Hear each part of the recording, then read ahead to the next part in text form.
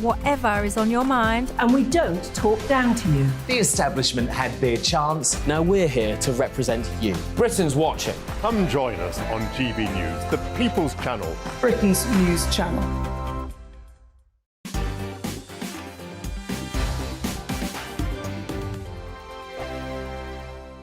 I'm Mark Dolan. Join me at 11 on GB News for Headliners, in which I'll be joined by two of the UK's top comedians discussing tomorrow's papers. If it's an important story, we'll cover it, but we'll have some fun along the way. Headliners, the late night paper review that won't send you to sleep like the others will. 7 nights a week at 11 p.m. on GB News.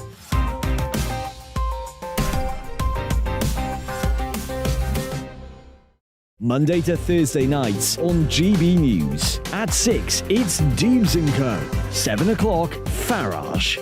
At 8, join Mark Stein. And at 9, Dan Wootton Tonight, followed by Headliners. On TV, radio and online. This is GB News. Monday to Thursday, 9 p.m. till 11 p.m. Join me, Dan Wootton. I'll bring you the sharpest takes and hottest debates. Do you not believe in prison? I don't believe in prisons. I'm completely stunned. I guarantee you there'll be no spin, no bias, no censorship. I actually was personally quite offended by it. And no reason to go to bed. So I guess they've always been quite woke. That's Dan Wootton Tonight on TV, radio and online. Monday to Thursday from 9 p.m. till 11 p.m. on GB News. The People's Channel, Britain's news channel. Join me, Lawrence Fox, on GB News. Frank, fun, fearless and sometimes serious. Much as I love a Friday night punch-up, what I really want is a battle of ideas. I want to look at things differently. I want to hear different voices and engage with your unique experiences. Every Friday at 7 p.m. on GB News. Hello, I'm Esther McVeigh. And I'm Philip Davis. Whether you're watching or listening on TV, online or on radio, we handpick the latest stories, debates and expert opinions for your weekend. So whether that's politics, news or showbiz, we've got it covered. Join us every Saturday morning at 10 o'clock on GB News.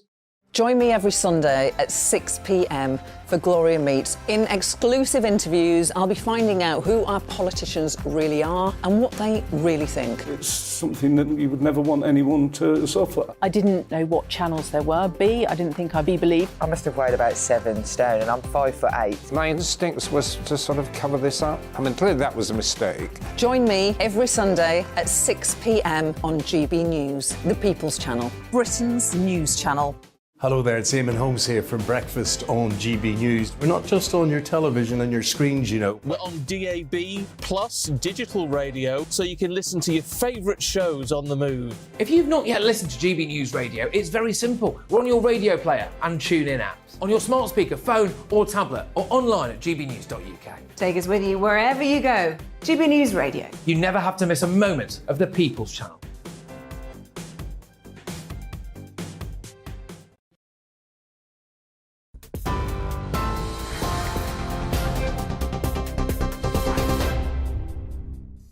Good evening, I'm Ray Addison in the GB Newsroom. 2 men have been charged with the murder of a semi-professional footballer who was killed on Boxing Day in Birmingham. 23-year-old Cody Fisher was fatally stabbed at the Crane nightclub in Digbeth. 21-year-old Cammy Carpenter and 22-year-old Remy Gordon have also been charged with a fray. They'll appear before magistrates on Monday. The third man has been bailed while West Midlands police continue their investigation. Pope Francis has paid tribute to former Pope Benedict, who passed away this morning aged 95. The pontiff described his predecessor as noble and kind. Earlier, King Charles sent his condolences, recalling Pope Benedict's constant efforts to promote peace and goodwill. Becoming head of the Catholic Church in 2005, Pope Benedict stepped down in 2013, the first pope to do so in 600 years. 4 Lionesses who won the Women's Euros earlier this year are among those recognised in the New Year Honours List, the first to be issued by King Charles. Captain Leah Williamson has been made an OBE, whilst Lucy Bronze, Beth Mead and Ellen White have been given MBEs. GB News' own presenter Anne Diamond has received an OBE for services to public health and charity. And Queen guitarist and animal welfare campaigner Brian May has received a knighthood. The The government has confirmed that anyone travelling directly from China to England from the 5th of January must show a negative COVID test before departure. There are no direct flights from China to Scotland, Wales or Northern Ireland, but the government says it will work with devolved administrations to ensure measures are implemented there as well. It's amid concerns of surging cases in China following an easing of restrictions there. France, Canada and the US have also introduced similar rules. And in Yorkshire, Scarborough Council have been forced to cancel tonight's New Year's Eve celebrations thanks to an unexpected visitor, an Arctic walrus. It's thought to be the first time one has been spotted in the county. The animal has drawn crowds to the harbour on New Year's Eve. Wildlife experts saying he's likely just taking a short break before continuing his journey north. We're on TV, online and on DAB+ radio. This is GB News. Happy New Year from all of us here at the People's Channel. Now leading you into 2023 in style, it's our headliners.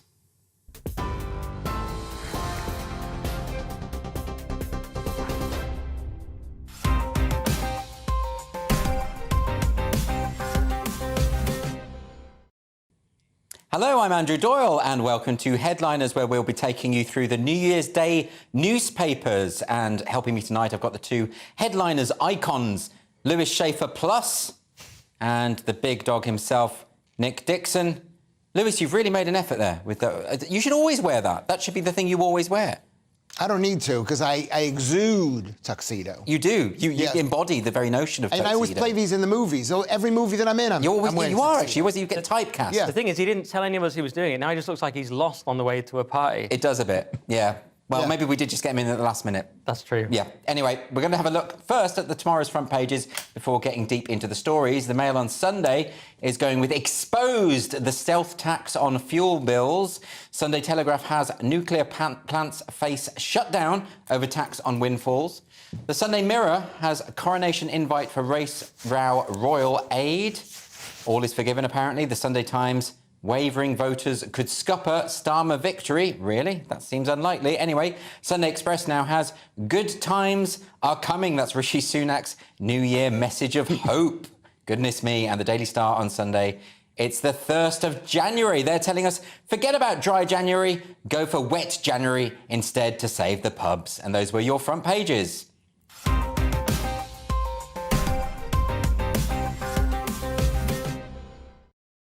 Well, given that front cover from the Daily Star, I've got my champagne here. It is New Year's Eve, and I think we should go with wet January rather than dry January, don't you think, Nick? Yeah. Yeah? And this was on Lewis's rider as well, anyway.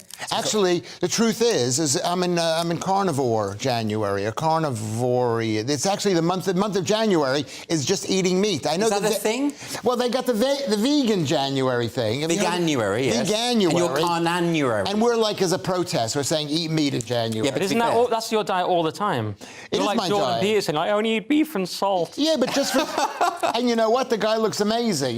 He's falling apart, crumbling mentally. You know, Lewis, you do eat meat all the time, and you do look fantastic on it, but even better in a tux. Yeah. By the way, I'm going to open this, and if it hits the camera, and there we go. Oh, okay. Rowdy. No, it's fine. It's fine. It's all That's okay. a microaggression. No champagne glasses, only GB News mugs. I'm felt afraid. threatened. Are we allowed to do that? In this, it was very phallic. I felt threatened, and Marco aggrieved. While I'm pouring this, let's start, Lewis, by going through the front cover of the Sunday Express. What have they got today? Well, I'm going to tell you something. Can I just say this? What you did by popping the thing off is basically in bad form, and you're giving people out there a bad example that you should never pop champagne that way. Really? Is that uncouth? I'll open the next one. I'll How show long you have how you to do lived it. in England, Lewis? I don't know what English people do. I know where I come from in New York City, which is the height of Epicurean. Lewis, we do have a job to do. Let's get to this headline, shall we? How interesting is this? Rishi Sunak, whoever this guy is, he's not going to be around for much longer. And you know he's not going to be around for much longer. It says, you know you're in trouble when you say good times are coming. And that's what he's saying to the people. The people don't give a damn about Ricky. They don't believe Ricky. He's the Prime Minister. You don't even know his name. You're like Joe Biden, who called him Rashid Sunak. Because that is a bold move. You're on a political news show, like whoever this guy is, president of the country, whatever you people Nick, do. Can I ask you about this? Because yes, you better have it. Well, look, the thing is, Rishi Sunak. I'm just going to pass these along, by the way. But Rishi Sunak is in a bit of a bad situation because Rishi Sunak has become Prime Minister at the worst possible time. I mean, is that not fair to say? Because there is a global economic downturn, war in Ukraine. There isn't really a chance that anyone in his position would be able to do anything. So fair play to him, I think. think, for trying to put together some kind of optimistic message, don't you think? Yeah, firstly, drinking champagne in a cup reminds me of being at home. This is what, this is what I do most days. And secondly, on Rashid Sunak, it's a sort of vague Rishi message of positivity, but I don't really buy into it. I mean, you know, I see what he's going for, but we saw recently with his interaction with the homeless man, I think he did his best, but we saw that he lives in a sort of bubble. Of course, if you're incredibly rich and you're the Prime Minister and that's what you wanted to be and you achieved the top job in the country, you might be quite optimistic. On a macro, and on a personal level, I think we can be optimistic that we can try and improve our own lives. I believe in meliorism and self-improvement, but... Of what? I said that just 'cause I knew you didn't know what it meant. I just Ameliorism. No, meliorism, but which, as you said last time, ameliorate is the verb. I understand. It means to improve, there's the potential to improve. So we should try and improve our personal lives, but the macro picture, we are... I don't know what the word I can say is on live, but we're over as a country. I mean, we're going to have estimated a lower GDP per capita than Poland by 2030. We have a lower average wage than every single state in America. That's not what Rishi Sunak is saying. I mean, Rishi Sunak is saying that the measures that were implemented by Jeremy Hunt will mean that inflation will come down from double digits, where it is at the moment, by the end of 2023. He's not saying it's going to happen immediately. He's going to say that the economic plan that they've put into place, how did he describe it? It's going to steer the boat in the right direction. Lewis, is he right? No, he's not right. I happen to agree with Nick, because all the countries, the inflation's coming down in all the countries in all the world. It doesn't matter what people are doing. He basically caused the inflation with the COVID craziness. He didn't cause COVID. He caused the COVID craziness. You should listen to what I'm saying. I listen to every word that this guy says, Nick Dixon. I listen to it. Is the COVID craziness. I'm not saying COVID wasn't real. That's for another broadcast. But that's for your private podcast, not for this. That's for the secret meeting. You're talking about the lockdown and you're blaming Rishi Sunak for a lot of the problems. And for printing money. And for quantitative easing. Yes. Yeah, you call it whatever you want to call it. I'll call it what it's called. How about that? They call it, what do they call it when you fake money, you send out fake money, counterfeiting. Yeah, but that's not really what was happening. Well, do you know what? There are lots of people who believe that by printing money based on money you don't have, it's counterfeiting money. Who said let's put Lewis on a New Year and make him drink? We'll give him another shot. Let's move on to the Sunday Times now. This is their New Year's Day front page, Nick. What are they running with? So they've got wavering voters could scupper Starmer victory. I've drank too much. You've had a scupper Starmer victory after some champagne. That's quite hard to say. So yeah, this is a sort of another optimistic idea from Rishi and the gang. The idea that they're going to sort of win back these sort of timid voters, they're called. They're timid Tories. They might vote Tory, but they might vote Labour. They're not sure. And I'm sceptical because the polls I've seen indicate that Labour are just going to romp it. So I'm a bit sceptical. And I've even spoken to people who work for Tory politicians who are going to vote reform. Now, so I'm not sure it's looking good. There was actually a People's poll by GBNews the other day, and it revealed that I think it was 70% of adults in this country are not confident at all that the government can right these problems economically. But worse than that, 53% of Tory voters said that. So Rishi doesn't have a support base. No, those are Joe Biden numbers. Right. They're really bad. And the fact is that you know what it is. He's lost. I mean, the Tory party lost. They handled the COVID really badly, and they handled Brexit. You say that, Lewis, but you complain about the lockdowns. Labour were calling for even more severe lockdowns. Yeah. So, I mean, economically, we'd be in a worse state if Labour had been in, surely. That doesn't matter. The fact is, in the minds of people, they think that the lockdowns were caused by the Tories. Well, they do, Nick, but then what's the solution to that? To vote in the party that would have made them worse? No, the funny thing in there is Lewis has managed to name the two things the Tories arguably did right, which is the vaccine rollout, whatever you think of it, the logistics of it was sort of impressive, and then getting Brexit done. They're actually only two achievements. Everything else is the problem. The mass immigration, the collapse of the NHS, problems with services, those aren't the reason why they're in economy. such a parlous state. It's because of Partygate. It's because of Pincher. It's because of the scandals. I think a lot of the Conservative membership are abandoning because of things like mass immigration, because of the failure to do anything Conservative during 12 years. That's why. Is that why you think they're doing that? That's why many voters are abandoning them. Absolutely. Okay. Can I just say that Nick is right? I didn't know what what I was talking about in the last section.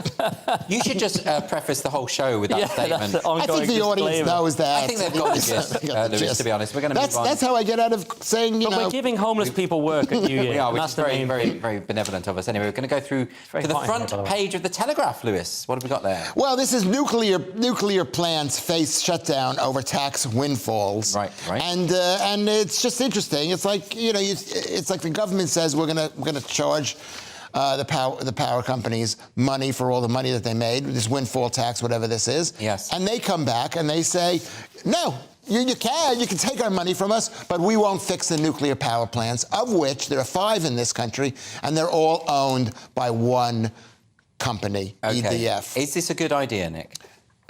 Well, there's a balance, isn't there? But I understand there was a need for windfall taxes. You know, all these energy companies benefited from war unfairly. Yes. And, of course, I understand the argument for taxing them. Then again, when you're in danger of shutting down nuclear power when we desperately need it, that becomes the problem.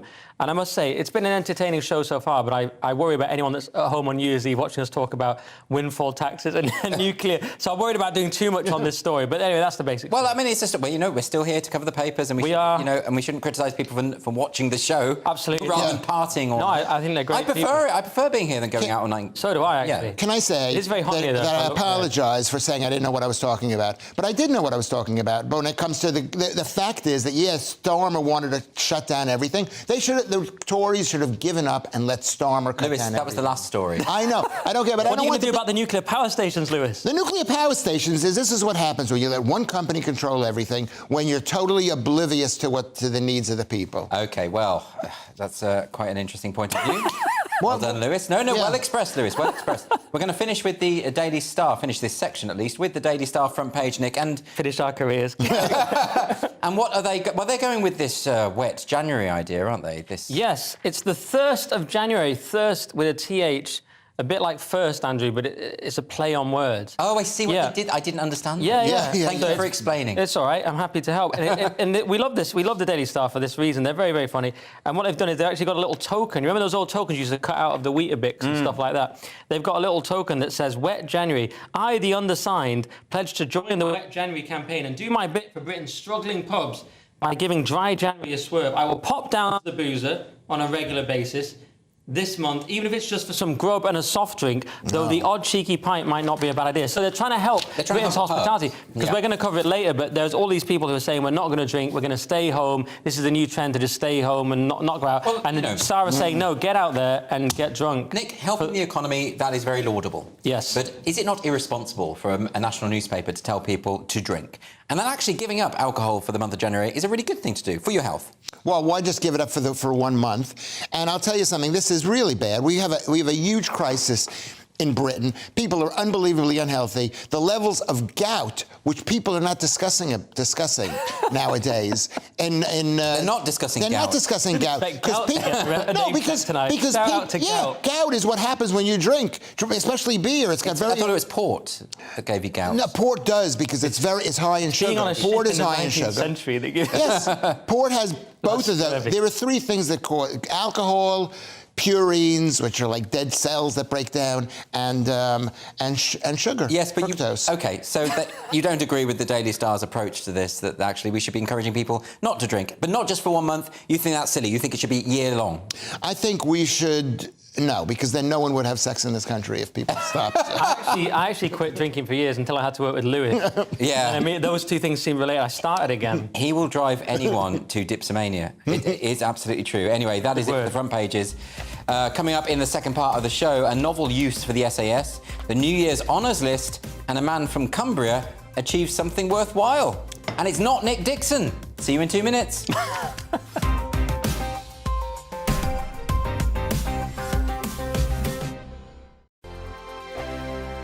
We are GB News, and we'd like to say thank you to each and every one of you for bringing us your conversations, for helping our great nation find its voice. We are here for you on radio, television, and online, across England, Scotland, Wales, and Northern Ireland. It's not the BBC, you actually get your facts right. We are proud to be GB News, the People's Channel, Britain's news channel. Monday to Thursday, 9 p.m. till 11 p.m. Join me, Dan Wootton. I'll bring you the sharpest takes and hottest debates. Do you not believe in prisons? I don't believe in prisons. I'm completely stunned. I guarantee you there'll be no spin, no bias, no censorship. I actually was personally quite offended by it. And no reason to go to bed. So I guess they've always been quite woke. That's Dan Wootton tonight on TV, radio and online. Monday to Thursday from 9 p.m. till 11 p.m. on GB News. The People's Channel, Britain's news channel. Hello there, it's Eamon Holmes here from Breakfast on GB News. We're not just on your television and your screens, you know. We're on DAB plus digital radio, so you can listen to your favourite shows on the move. If you've not yet listened to GB News Radio, it's very simple. We're on your radio player and TuneIn apps, on your smart speaker, phone or tablet, or online at gbnews.uk. Take us with you wherever you go. GB News Radio. You never have to miss a moment of the People's Channel. Join me every Sunday at 6 p.m. for Gloria Meets. In exclusive interviews, I'll be finding out who our politicians really are and what they really think. It's something that you would never want anyone to suffer. I didn't know what channels there were. B, I didn't think I'd be believed. I must have weighed about 7 stone and I'm 5'8". My instincts was to sort of cover this up. I mean, clearly that was a mistake. Join me every Sunday at 6 p.m. on GB News, the People's Channel, Britain's news channel.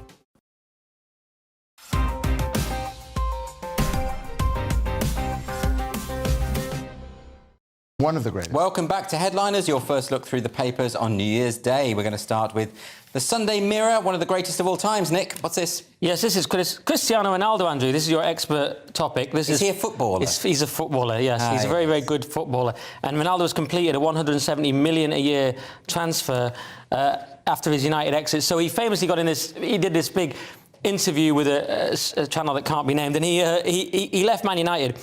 And he's gone to the Middle East for $173 million. And it's quite funny the way he's selling it. He's saying, I'm fortunate that I've won everything I set out to win in European football and feel that now is the right moment to share my experience in Asia. Translation, no one wanted me, so I'm cashing in. And the sad thing is, Ronaldo has been the GOAT. He was the greatest. He was probably the greatest player in the world. You know, is it him or Messi? I like Ronaldo because he got there through work ethic, not just raw talent, and because he was a Man United player.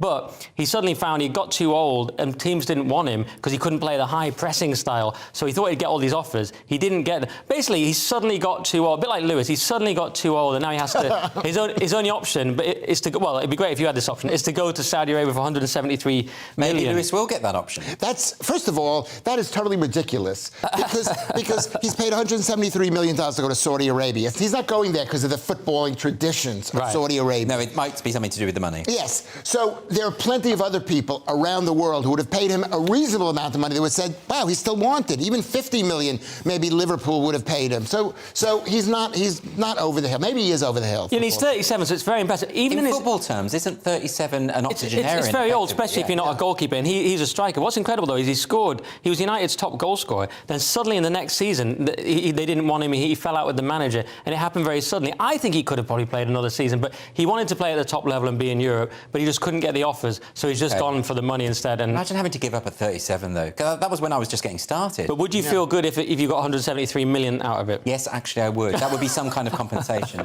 But is it true? So goalkeepers can be older? A little older. So why doesn't he just become a goalkeeper?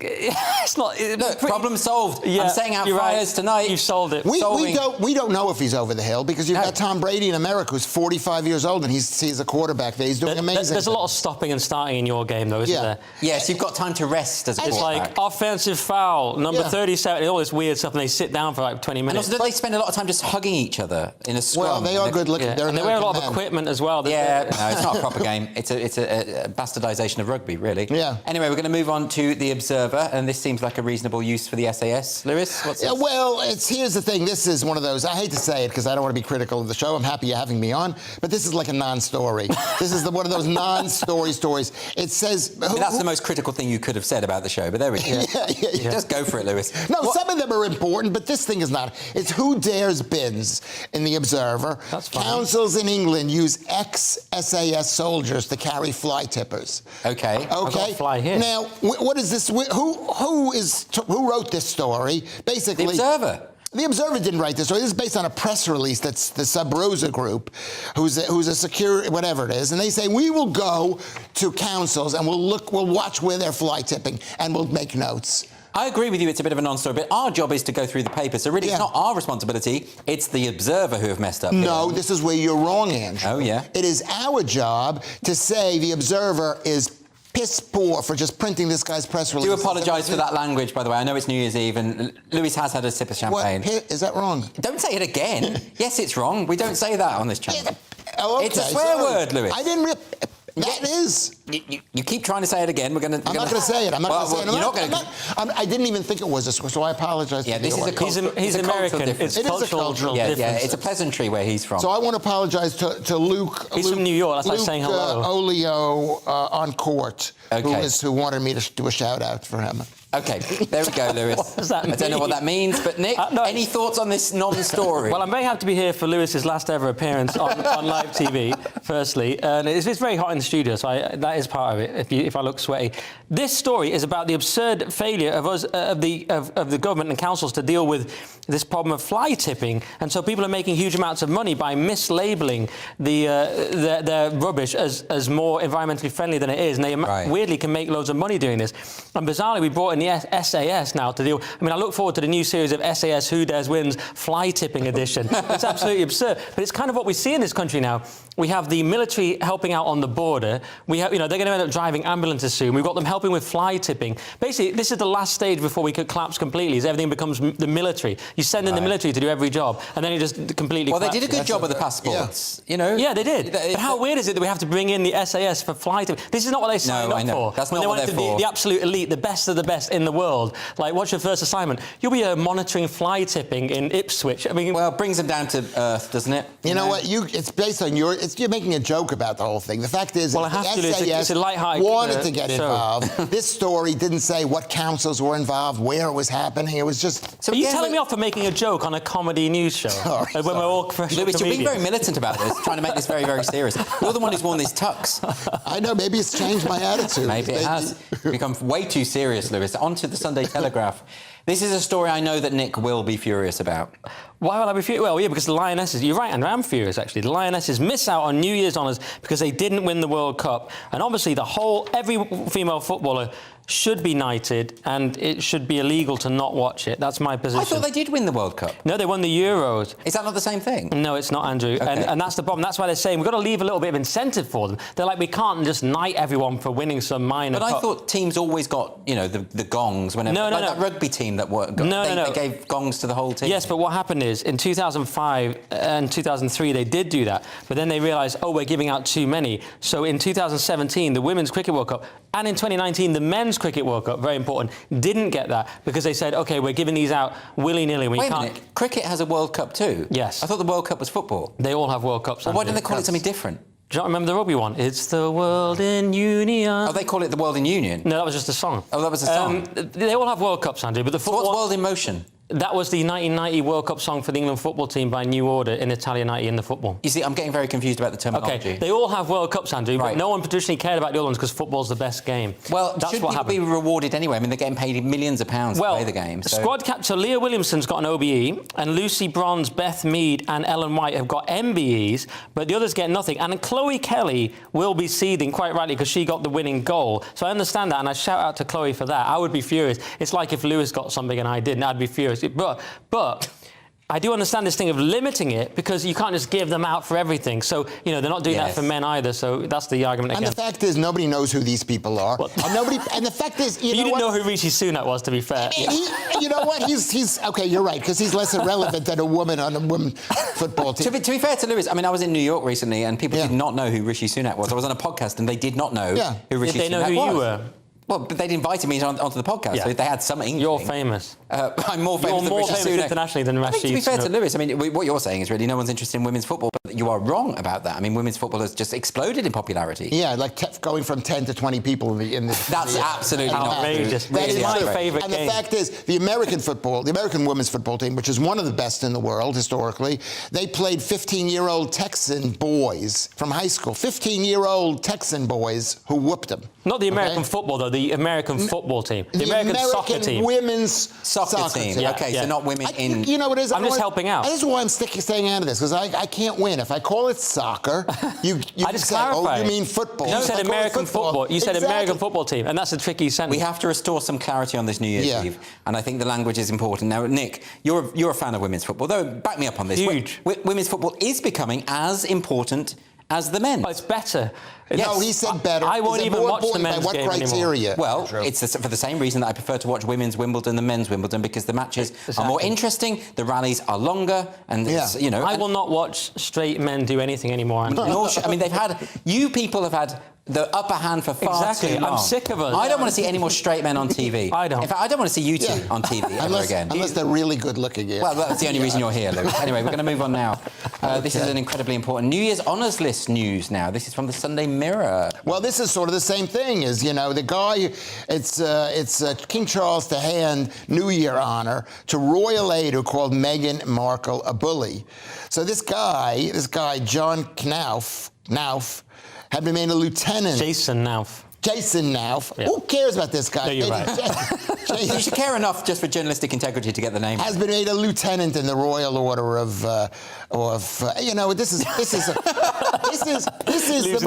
most horrible story. Can't even pretend to be interested. That is just it, because on one hand, I'm an American. I hate the monarchy. I think it's the worst thing about this country. I'm just saying they're bad people, but I hate the monarchy. Just lost half our viewers. Let's go. All right. On the other hand, I hate bad acting. So I can't decide which of these two. So wait, what did he say that got him in trouble exactly? What was the issue? So Jason Knauf, I'd love you have to come to me. Nick, what was the story? What's the actual story? So Jason Knauf sent this email. I'm very concerned that the Duchess was able to bully two PAs out of the household in the past year. And he said the Duchess seems intent on always having someone in her sights. She's bullying, name removed, and seeking to undermine her confidence. I remain concerned that nothing will be done. I don't understand that, because isn't Meghan Markle the one who's usually bullied? No, she's the one that bullies all the staff. I know you've been watching the Netflix documentary, so you think she's the biggest victim in the world. In that documentary, she makes it absolutely clear that she's the most victimised person who has ever lived. Yeah, I know, but the reality, according to Jason Knauf, is very different. And what's interesting, it is interesting that Charles has given him this honour, and it does suggest he's not too bothered about, you know, Meghan. And of course, he didn't mention Harry and Meghan in his recent speech. And it's much like David Starkey said the other day. He's just all he's got to do is wait and let them destroy themselves. Well, I think they're doing a particularly good job. They are. So anyway, we're going to move on now to The Observer.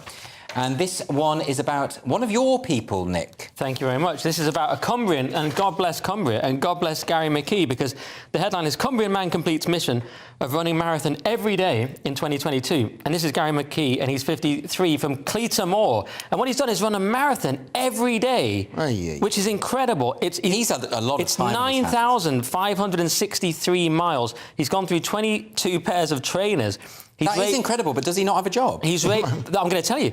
He ran the 26.2 mile route in the morning before starting shift as group leader at Sellafield, the nuclear site in Cumbria. Yeah. He did it before work, Andrew. What? I mean, imagine how little we do before work. I mean, look, I always hit the gym before I come here. I know you do. You know, that's why I'm so I just drink champagne out of a cup before I come in all day. And eat cornflakes from the box. But he's raised $1 million for charity while doing it. So God bless he's a Cumbrian legend. This is what we're like. This is how we're built in Cumbria. We run a marathon and then start our day. You say we're built this way in Cumbria, but I don't see you doing this, Nick. Andrew, any of this. We're built different. Have you ever run a marathon, Nick Dixon?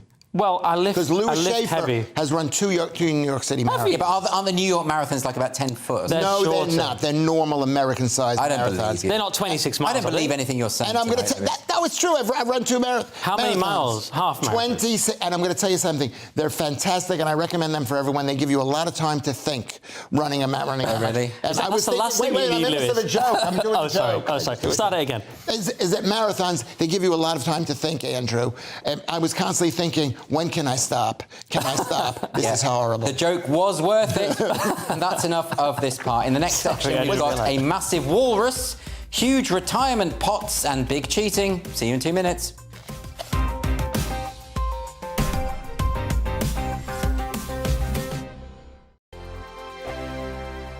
Monday to Thursday nights on GB News. At 6, it's Dubes & Co. 7 o'clock, Farage. At 8, join Mark Stein. And at 9, Dan Wootton Tonight, followed by Headliners. on TV, radio and online. This is GB News. We are GB News, the People's Channel. Why not take us home with you by visiting the GB News shop at gbnews.store. You'll find all the official merchandise, a really good present actually for yourself, your friends or your family. We ship across the UK mainland at no extra cost. GB News, the People's Channel. Here on GB News Live, we'll be keeping you in the picture, finding out what's happening across the country and finding out why it matters to you. We'll have the facts fast with our team of reporters and specialist correspondents. Wherever it's happening, we'll be there from 12 noon on TV, radio and online. GB News, the People's Channel, Britain's news channel. Monday to Thursday on GB News, it's Bev Turner Today from 10 a.m. We're going to be here for you, our GB News family, to keep you up to date, but also make you smile. The guy went from puberty to adultery. And I can't wait to bring a few of my own opinions. I have no time for cultural totalitarianism. We'll engage in passionate, but always polite debate, with your thoughts and opinions at the centre of it all. Only on GB News, the People's Channel, Britain's news channel. Hi there, it's Stephen and Anne. At breakfast from 6 a.m, you'll always be caught up with everything you need to know, the latest headlines, opinions and debates. We'll bring you the good news and the bad, but most of all, we're here for you. Remember, send in your views and let us know what you would like us to talk about. That's because we're your news channel. And every morning at 6 a.m, it's breakfast on GB News.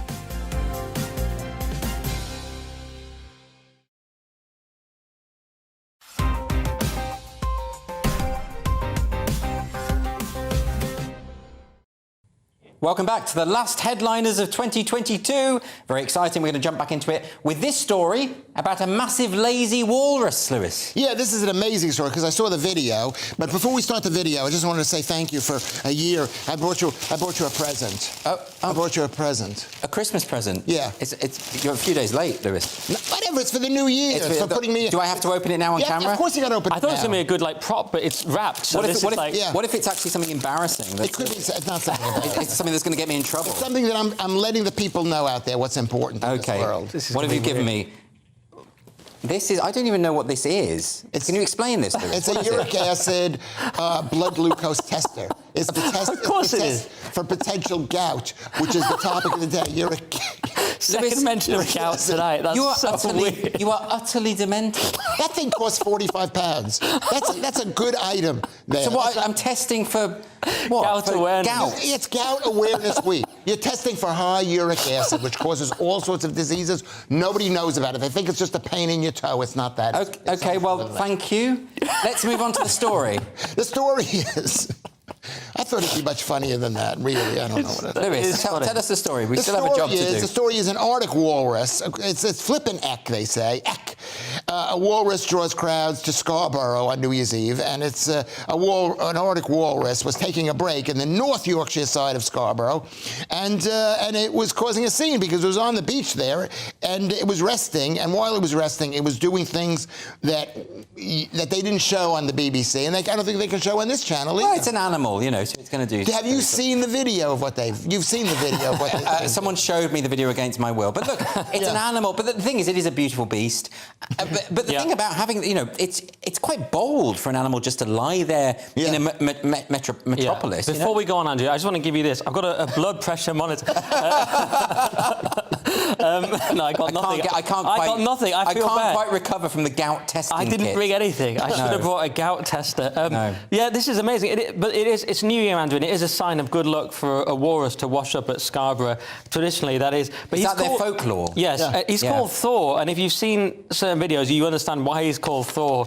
I mean, someone says his tusks are bigger than my arms. There are other things as well, but we can't comment on. Did someone name him Thor here, though, or is that... how do we know he's called Thor? No, he's called Thor. No, but he just washed up. How do we know? No, he didn't just wash up. He'd been going around. Oh, they've been following him, have they? No, yeah, he was. Do walruses do this? Because it looks like he's in trouble to me. He was in Hastings or something. No, he's just chilling out. He was just chilling out. When you say washed up, it is sweet, isn't it? He's named Thor because he has the hammer. Yeah, OK. But look, Nick, irrespective of his autoerotic practices, he's quite a sweet animal. It's a lovely, beautiful Who doesn't animal. love a walrus? Find me someone that doesn't like a walrus. I love and you have to have a heart of stone to not like her. You would, You have to have gout and a heart of stone to not like a walrus. What a beautiful creature. Can I tell you something? I've done the Scarborough Arts Centre.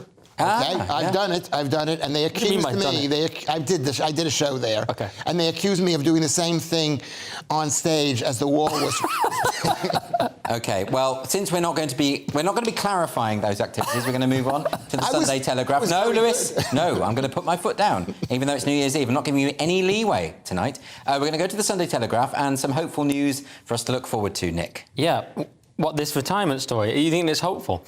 This is why you need £605,000 if you want to retire early in 2023. I tell you what, Nick, the autocue told me it was hopeful, and I'm going with the autocue. It's totes not hopeful. But so this is the Telegraph talking about how a global pandemic, they mean lockdowns, rampant inflation and tumbling stock markets have destroyed everything, and it's looking at how much you'll need to survive, and it has this quite questionable claim that you need $20,800 to live a moderate retirement. I mean, obviously not enough, but that's assuming you've paid off your mortgage, and who's done that? And it's $33,600 to live a sort of non-savage life. And this, of course, assumes that you've got any kind of pension. My parents are self-employed, my whole family's been self-employed. You don't get a pension. So this is but if you have the new state pension of $10,000 a year, which probably no one does, you would need $342,000 in private pension savings to fund a comfortable retirement. So you've got all these kind of questionable figures. And the way they get to $605,000 is they're saying if you were going to work for another 11 years, you'd need a private pension worth $374,000 for a moderate lifestyle and $605,000 for a comfortable one. So it's all bonkers sums, but basically you're going to need a huge amount of money. I'm planning to never retire. I mean, Lewis is close to it, but we're struggling as a country economically. I don't know where people are getting all this money from. You're right, this is a dismal story. I thought it was going to be a bit more... No, it's very bleak. Lewis, have you made preparations for your retirement? I'm not allowed to discuss it because I don't know if I'm allowed to work, and this is almost considered work. Yeah, OK. But I remember... Lewis came over the channel. He's one of those... There are visa issues. The fact that we have chosen not to investigate. Yes, and beyond that, it's a legal thing. Next thing you know, they're going to Andrew Tate me. But no, I think there are lots of people who can get by in this country on £10,000 a year. Believe it or not. Yeah. No, it's not possible. It's particularly not possible in London. If you live in a council flat and your rent is low and your health care is covered, it's not maybe not in London, it's not possible. It's not possible. Can I just say something? I don't know whether it's appropriate for me to quote another man's joke, but the famous Jackie Mason, who's one of my favorite comedians, probably everybody's who knows him, said, "I have enough money to live the rest of my life, provided I don't buy anything." Yeah.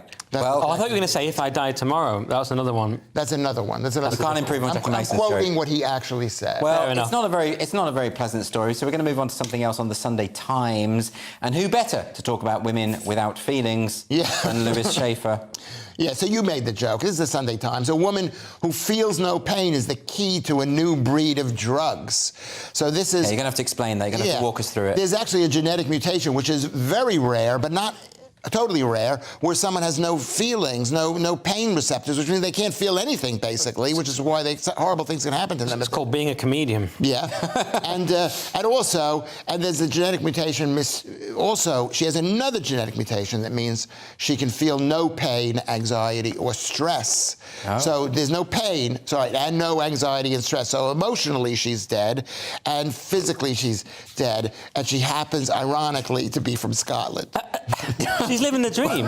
When I heard that it was a Scottish woman that couldn't feel pain, I assumed she just drank many cans of Tennent's, but it turns out she's like the secret to eternal life. Her skin heals ultra quickly, like Wolverine.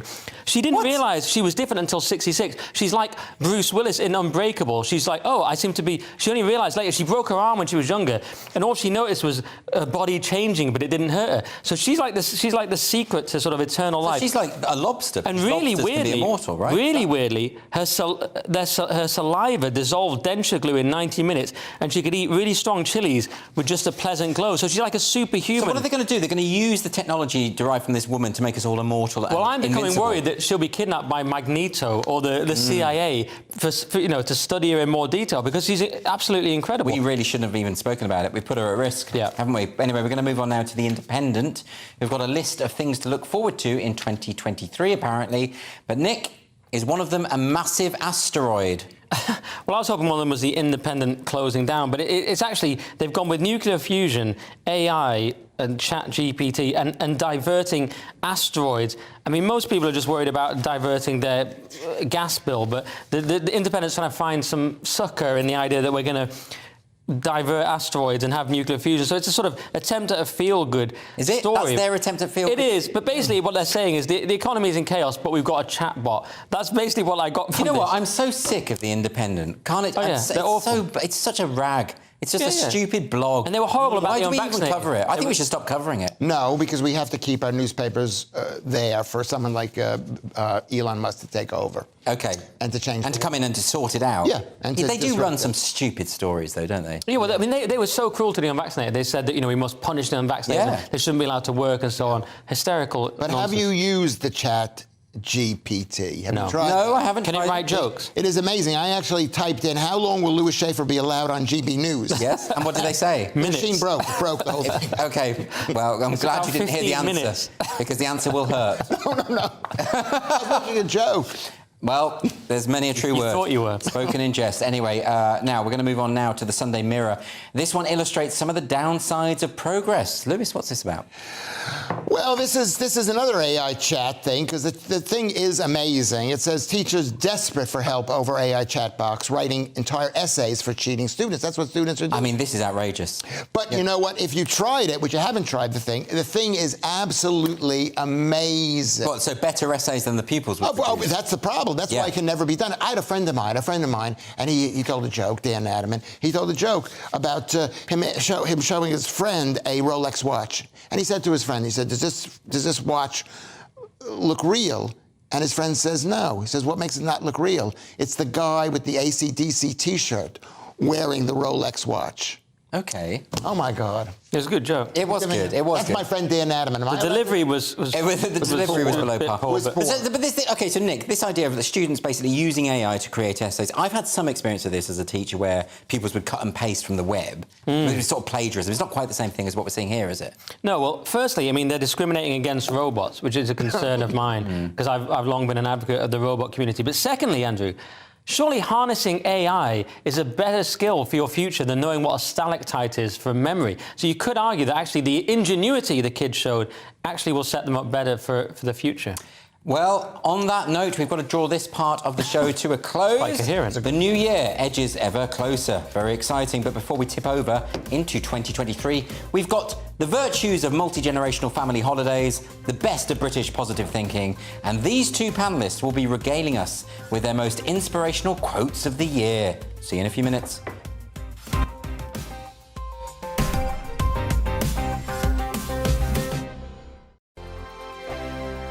Every morning from 6 o'clock, we'll wake you up with GB News Breakfast with all the stories you didn't know from the night before. So whether it's serious news, entertainment, or your own views from all over our great nation, we're here to kick off your day with a smile. The national media should be reflecting and reporting what's happening here. You will notice the northwestern accents. Whether you're with us on TV, radio, or online, every morning, it's breakfast from 6 a.m. Hope you can join us. We are GB News, right across the nation. You can get us on television, on radio, on digital. We're absolutely everywhere. Amazing! You see, amazing! You remind me of me in the European Parliament. But here's the most important bit. We are not part of the mainstream establishment. We think and speak just like you do. We are the People's Channel. Magnificent. That's really, really thoughtful. Come and join us on GB News, the People's News Channel. My name's Tom Harwood, and join me 9:30 a.m. every weekday for The Briefing, your one-stop shop for everything you need to know about what's going on in politics today. I wonder if this is a deal that might need to be like the biscuits in this factory, twice baked. Is there not an opportunity here to win out against the extremes? Tom Harwood, GB News. What are you going to do about it? Things should have been done differently, and they certainly are being done differently. Don't miss it. The Briefing with me, Tom Harwood, 9:30 Monday to Friday on GB News. Join me, Nana Akue, Saturday and Sunday afternoons on GB News. Expect fiery debate and passionate discussion as me and my panel tackle some of the biggest topics hitting the headlines. It's a place for everyone's opinion. No one gets cancelled, but no one gets an easy ride. She's on it today. Be ready for conversations that are fierce, frank, and of course, fun. Every Saturday and Sunday afternoon from 4 p.m. on GB News, the People's Channel.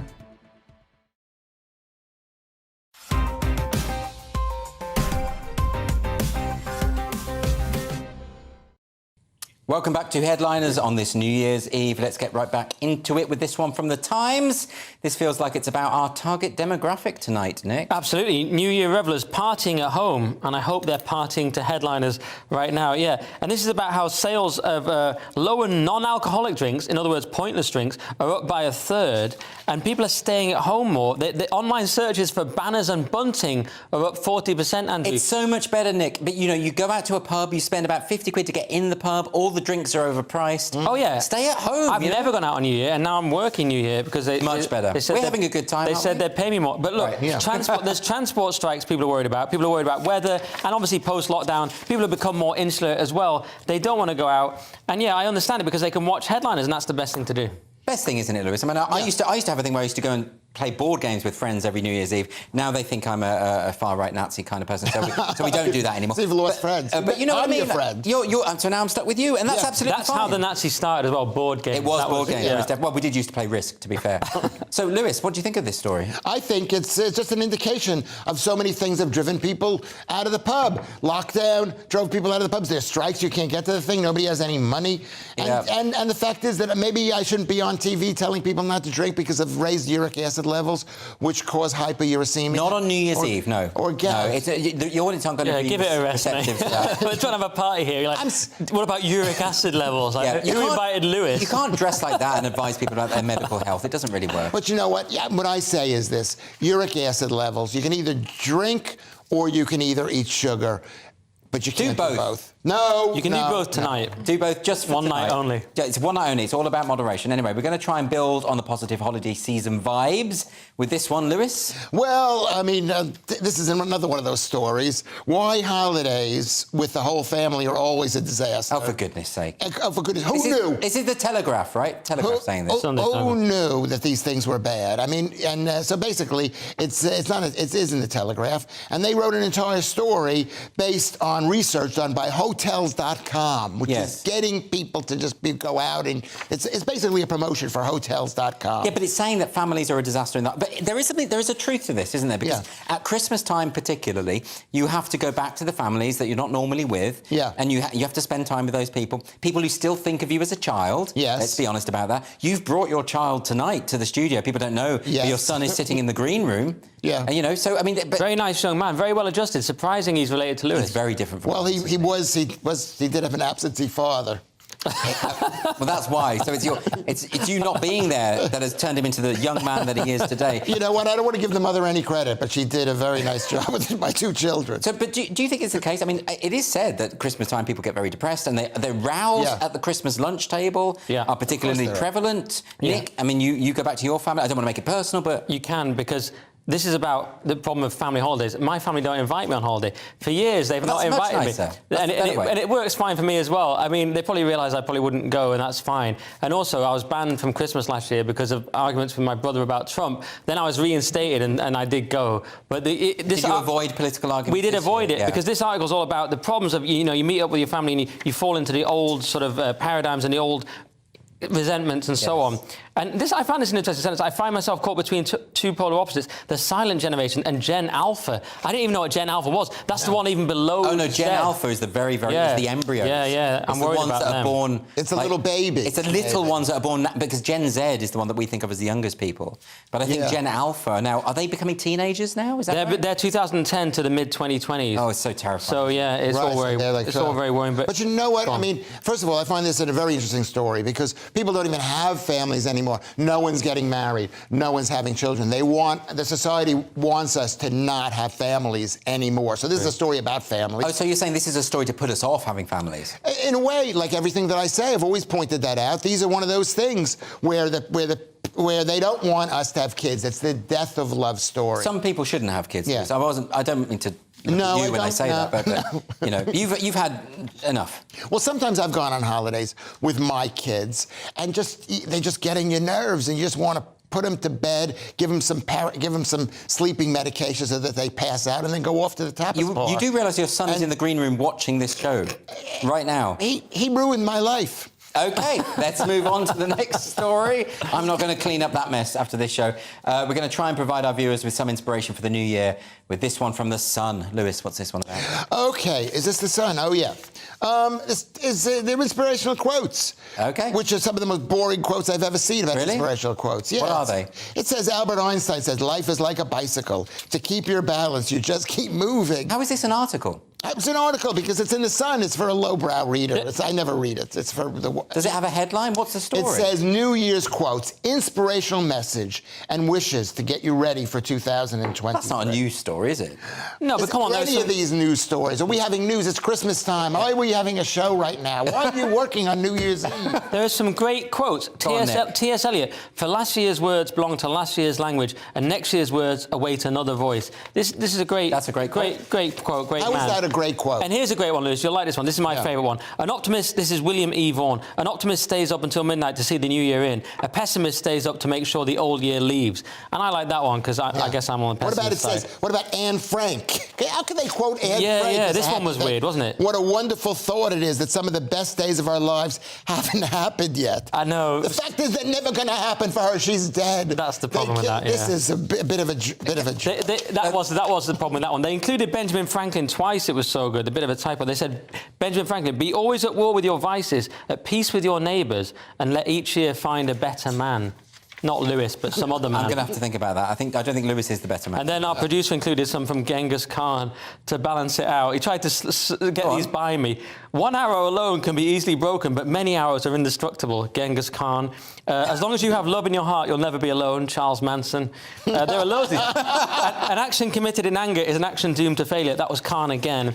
Here's one.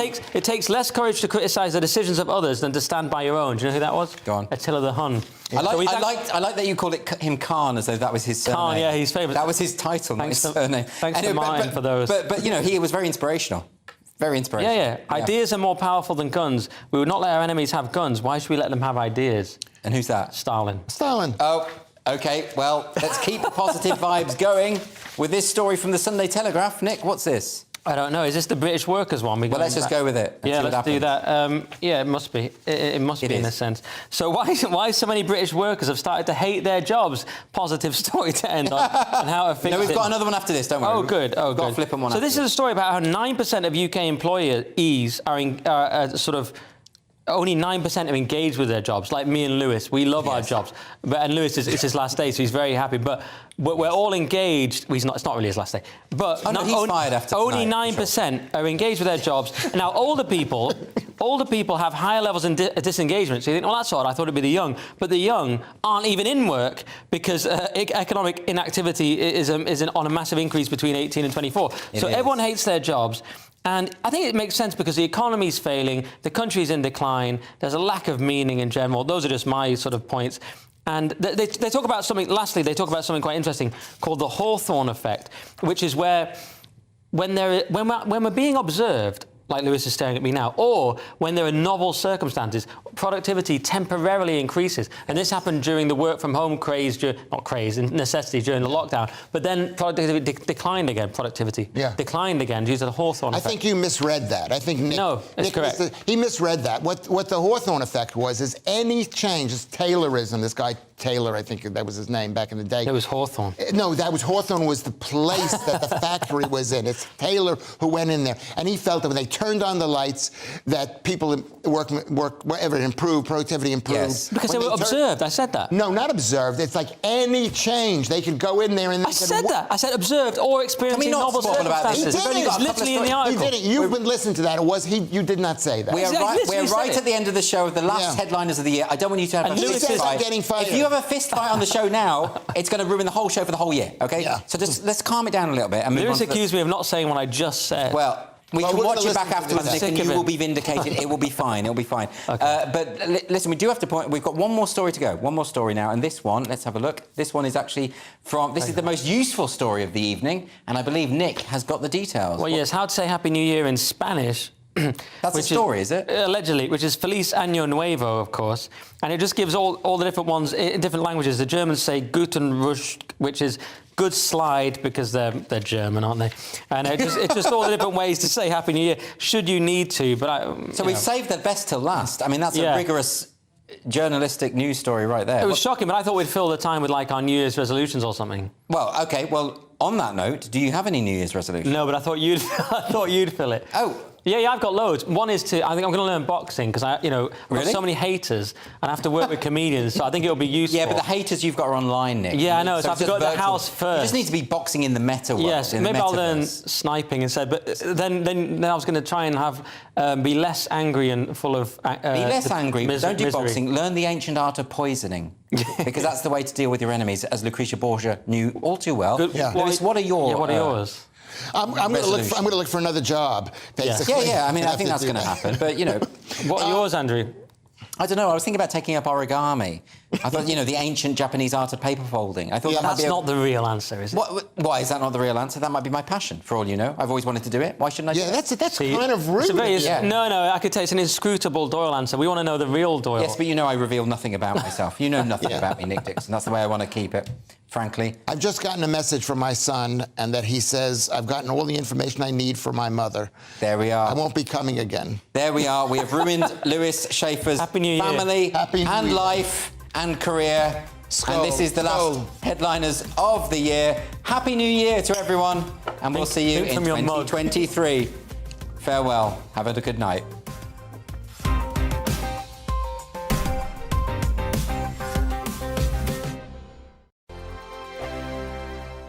I'm Mark Dolan. Join me at 11 on GB News for Headliners, in which I'll be joined by two of the UK's top comedians discussing tomorrow's papers.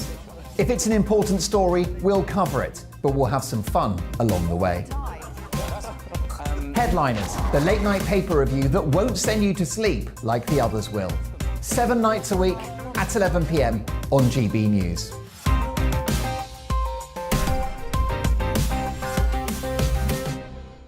Hello, I'm Michelle Dewberry, and you can join me every weekday 6 till 7 on Jubes and Kerr. Me and my panel will get stuck right into the day's events, and I can tell you, in fact, I can warn you, expect some robust debates, some strong opinions and perspectives from both sides of the fence. It's about you at home as well. I love to read out all of your comments, or at least as many as I can. So join me, Michelle Dewberry, Monday to Friday, 6 till 7 on Jubes and Kerr. I'm Mark White. As GB News Home and Security Editor, I cover those key issues that are so important to you. Our authorities, our communities doing all they can to combat violent crime. With the public services under unbearable strain, why are we still failing to control our borders? Defence, the first priority of any government, has been continually hollowed out. Can we trust our politicians to protect the armed forces? Join me, Mark White, on GB News. We are GB News, the People's Channel. And right across the United Kingdom. You can find us on Sky Channel 512. Virgin Media Channel 604. Freesat Channel 216. Freeview Channel 236. And YouView Channel 236. You can also take us with you on DAB Plus Radio. With the GB News app and at the website gbnews.uk. We're absolutely everywhere. Come join us on GB News, the People's Channel, Britain's news channel. Join my show Farage, 7 p.m. till 8 p.m. Monday through Thursday, and there you will get opinion, analysis, debate, and I'll cover stories that nobody else dares to touch. You've been cancelled. Join the club.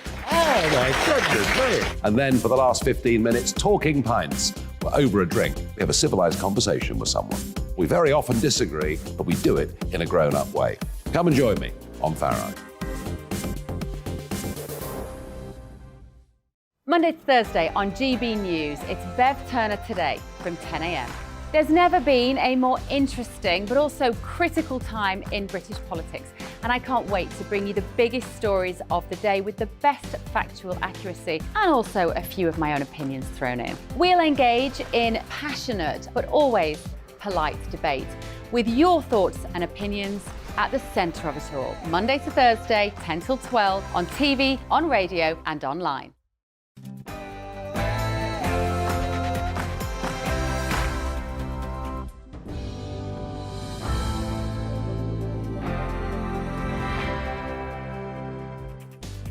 Good evening and welcome to a special Hogmanay edition of Neil Oliver Live. I'm Emily Carver and I'm in the GB News studio in London.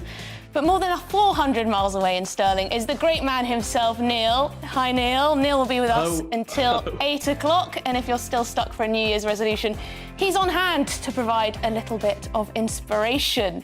Coming up tonight, we'll meet an inspirational young campaigner who is challenging our panel and you at home to make a special act of kindness every day. You'll also get the least boring political review on the telly as we look back on a whirlwind year inside Westminster. Plus, Neil and I will speak to a genuine expert on how to keep your New Year's resolution. I can't even remember what mine was last year, actually. Well, perhaps I can remember in the break. And what is your New Year's tipple? Is it a classic malt, like Neil, or something a bit more adventurous? To round off the show, we'll have a cocktail tasting session. I'm looking forward to that, live in the studio, to pick the ultimate beverage for bringing in the bells. All of that and more coming up between now and 8 o'clock. You'll not want to miss it, but before we hear from Neil, let's get an update on the latest news headlines from Ray Addison.